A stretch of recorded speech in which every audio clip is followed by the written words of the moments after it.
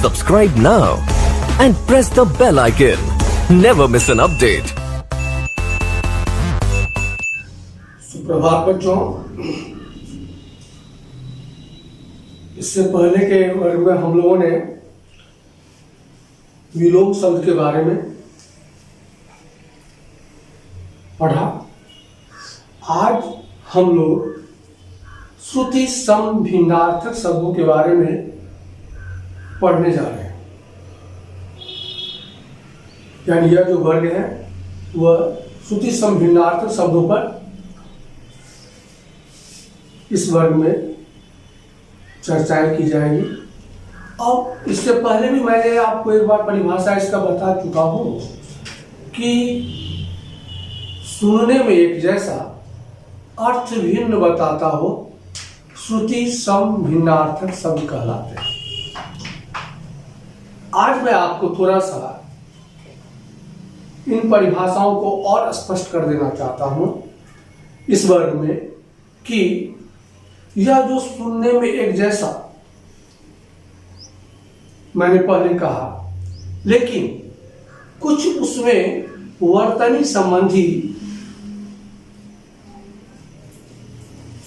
बातें ऐसी रहती है जो अंतर स्पष्ट कर देता है अगर उसको गौर से सुनोगे तब।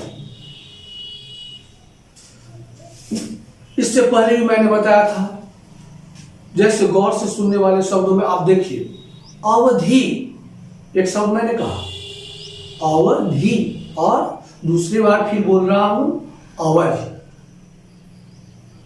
वर्तनी में थोड़ा सा अंतर है। अवधि में ध ह्रस्व ई की मात्रा है और अवधि में ध में दीर्घ ईकार की मात्रा है।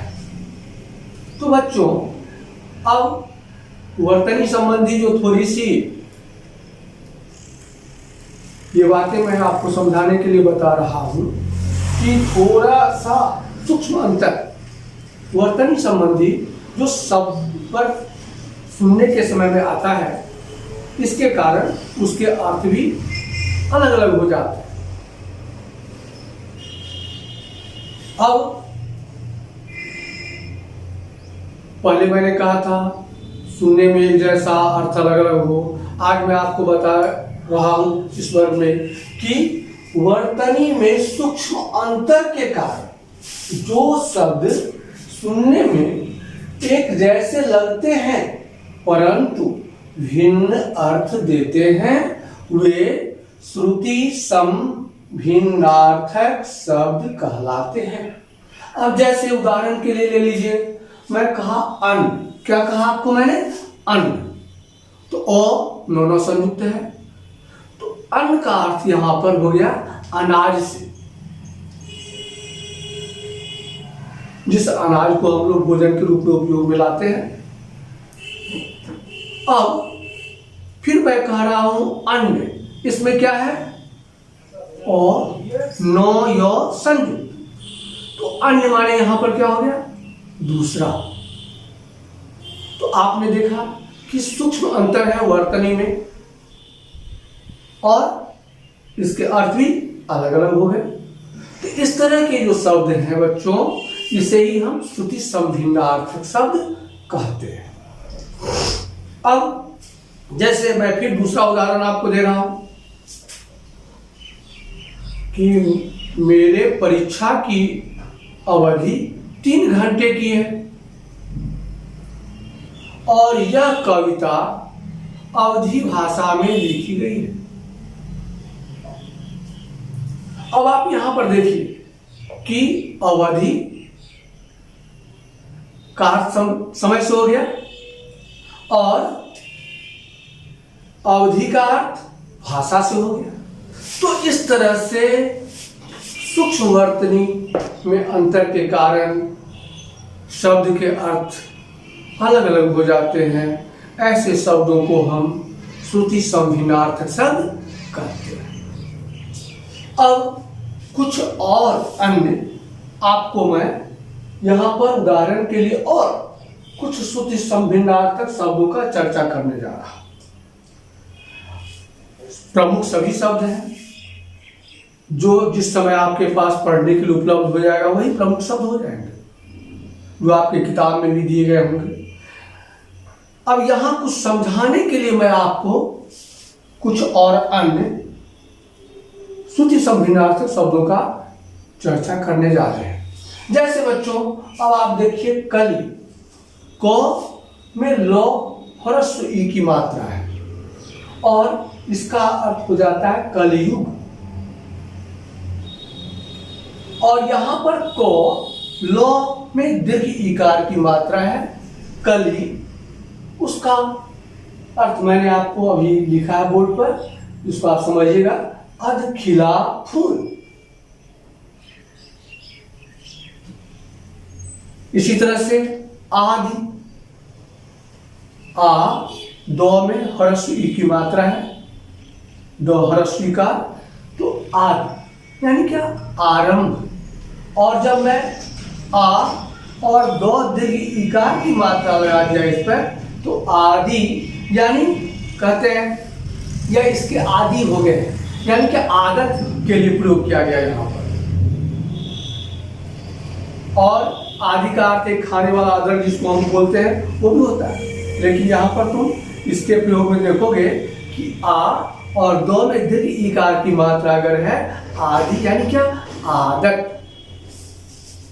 इसके बाद हम आगे बढ़ रहे हैं अली, ओ लो ह्रस्व ईकार की मात्रा, तो अली का अर्थ यहां पर भौरा से हो गया, और ओ लो दीर्घ ईकार की मात्रा अली, सखी, सखी सहेली से हम लोग बोलते हैं ना भाई सखी, और लो ह्रस्व इकार दीर्घ इकार की मात्रा, पहले ह्रस्व इकार तो अली भौरा, और लो दीर्घ इकार की मात्रा अली, इसका अर्थ हो गया सखी।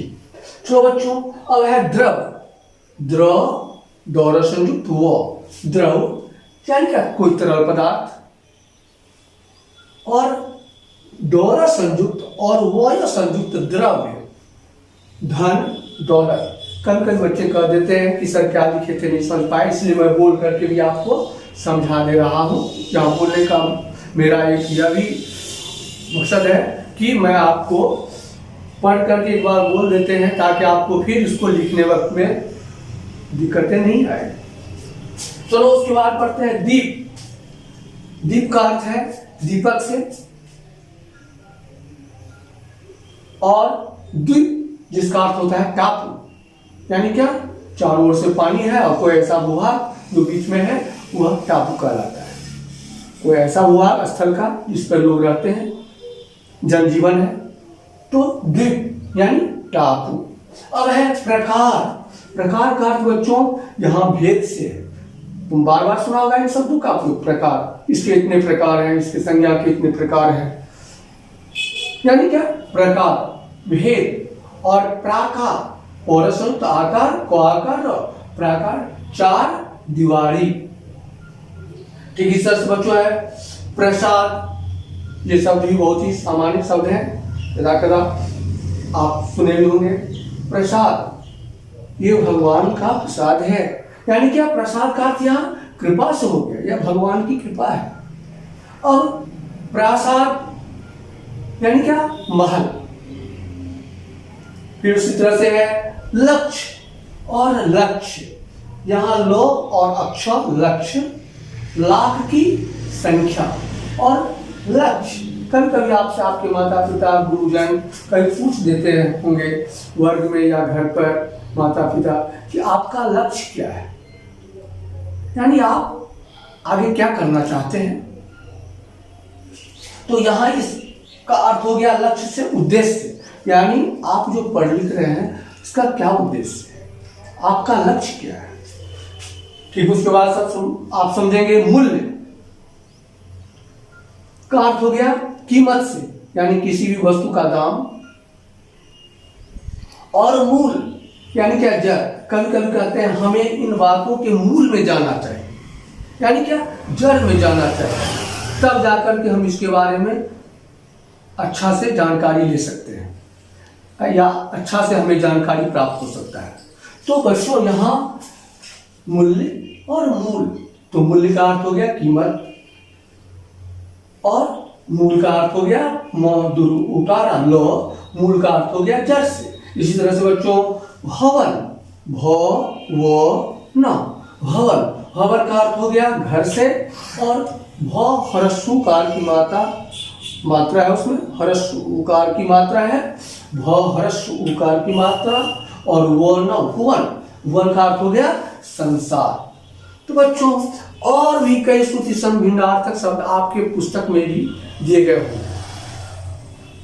मैं सिर्फ इस तरह से आपको समझा करके इन बातों की जानकारी देना चाहता था कि आप श्रुति सम भिन्नार्थक शब्दों के बारे में इस बातों की जानकारी ले लें कि कुछ शब्द ऐसे हैं जो सुनने में एक जैसे लगते रहते हैं, लिखने में हालांकि उसके वर्तनी में सूक्ष्म अंतर रहता है, लेकिन सुनने में वह एक जैसे लगते रहते हैं।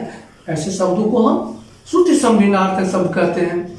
और इसके बाद कुछ उदाहरण स्वरूप मैंने आपके श्यामपट्ट पर लिख करके आपको समझाने का प्रयास किया है। ठीक इसी तरह से और भी कई श्रुति सम भिन्नार्थक शब्द हैं जिसको आप अपने पुस्तक में पढ़ेंगे। पढ़ने का क्रम आप जरूर जारी रखिए। ये आप कोई व्याकरण पोर्शन जो है ना, वह हिस्सा व्याकरण का हिस्सा समझिए कि मैट्रिक तक, यानी कि बहुत जगह आपको काम आ जाएगा।